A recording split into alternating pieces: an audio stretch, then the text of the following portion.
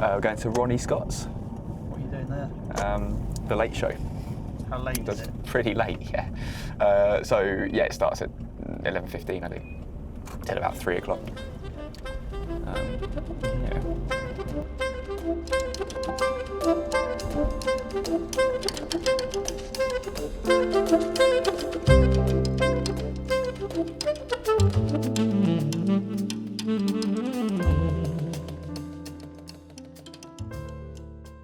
Who are you? I'm Duncan Eagles. What the hell are you?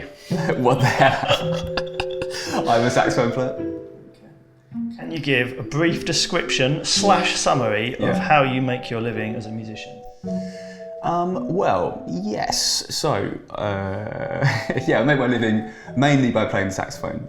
So I guess it's mainly performing. So performing some original music with my own band, some other people's projects as well. And then aside from that, kind of doing more corporate things. So playing for people's weddings, yeah, various corporate stuff. I do a bit of teaching as well. So yeah, kind of a combination of all those things really. Where do you live? Why do you live there? Here. Good answer. Moving on. Why do I? Yeah. Right. Yeah. Right. So, what is? I sort of know this because I made you do it. But what's the worst gig you've ever done in your career? I'd rather not talk about that. Tell us what you did. What was that? I had to. What's the film that it was? Some Like It Hot. Some Like It Hot. So I had to maybe dress up as a character in that film and walk in front of people. Who stars as a woman, so you had to cross-dress. I did, yeah. Walk for a crowd of people an award with Marilyn Monroe. Was that gig worth the money? Can you edit out the blushing?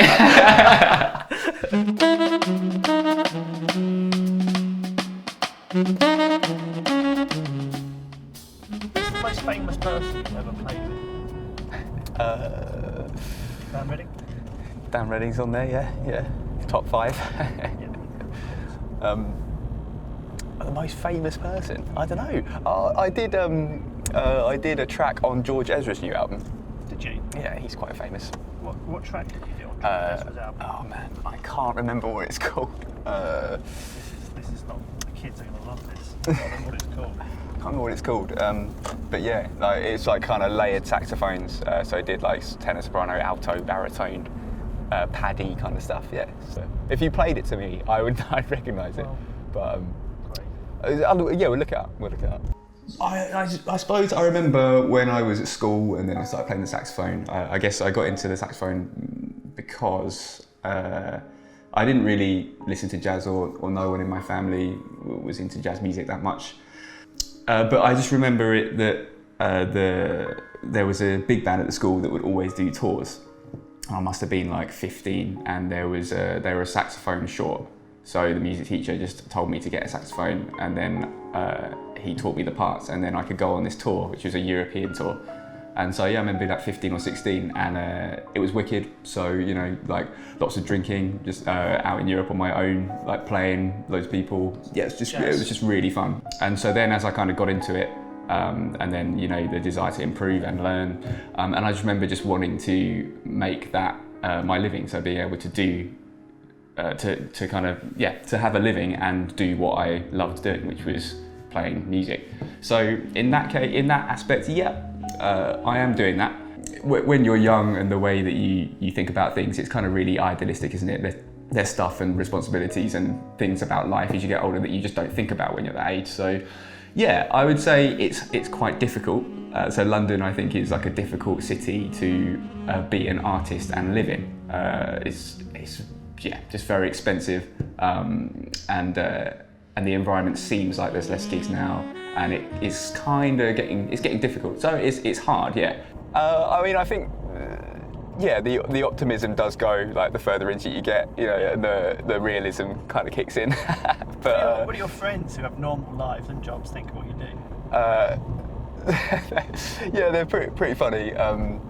Because you know, like my friends that I still see from school, they kind of work.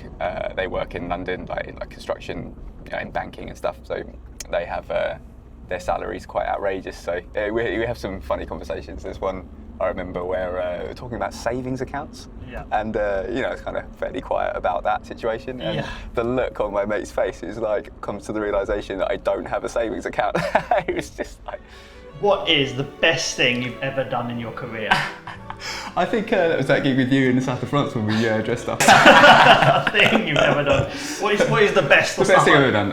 Okay, what cool. Are you most proud of? Well, most recently with Particle, which is a group that I've been doing for quite a long time, we did our first gigs in America. So that was a big thing, something that I kind of didn't expect. Or going to perform in America was kind of quite wasn't sure whether that would ever happen. So that was great, and it was really fun in Canada as well. So Canada and America. So that was great.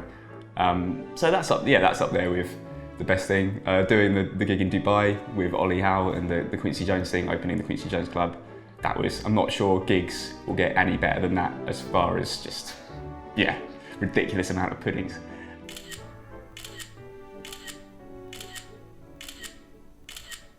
What mistakes did I make? Yeah, a lot of mistakes. So, I don't know, maybe when I was younger, probably being a bit too self-assured. I remember going into my audition at Middlesex University and tried to, in the interview, explain why Michael Brecker is overrated to the head of jazz. So, I mean, it's like, ridiculous, whereas it's obviously not overrated at all. Michael Brecker is a very good saxophonist for the record. Yeah. Probably better than maybe 17-year-old maybe now cut to a clip of Michael Brecker.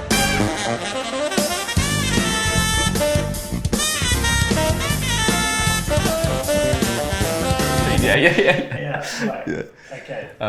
You didn't go to Middlesex, though, did you? No, I didn't. Where did you go? I went to Trinity College of Music, Yeah, they wouldn't have you at Middlesex No, after not after comments. that, But do you reckon anybody actually, their album is a fair representation of what they can do these days as a musician? No, I'm sure. I mean, a lot of musicians, I hasten, maybe you included, really, are guilty of a few more takes and splicing than perhaps is. There is on the latest album I've just done, there is one track that is as it is. One. Really? There is one, yeah. You can't say what that is. Which one it is? Yeah. Conquistador. It's like a kind of rubato ballad. We're going to play that in the background. Oh, nice. The only one. And I think maybe that's the only track out of all the times I've recorded that has been just as it is. Yeah. I think.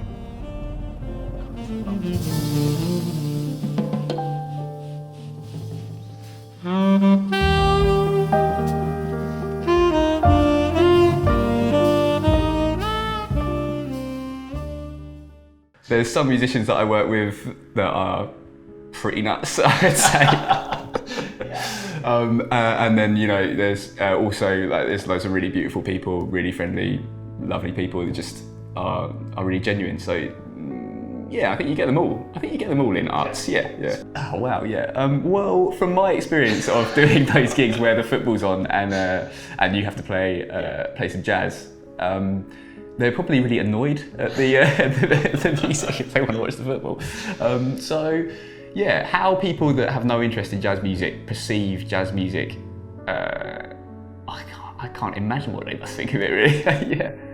It comes back to how the question you asked was really good about when you're younger, how you see when you're younger what being a musician is and whether it is like that. I suppose. Essentially, what I would love is to just be able to get by, work consistently as an artist, kind of playing the music that I'd like to, So I suppose that means that being able to drop some of the teaching and the corporate stuff that I'm not really that interested in doing. Hence, that's sort of like the bread and butter kind of thing. I need to pay my rent, so I'm going to go and play at this person's Christmas party, not because I have a kind of really burning desire to play Christmas parties. It's great to do, but that's it. So I suppose just being able to get to the stage where I can kind of create the music that I want and live how I want.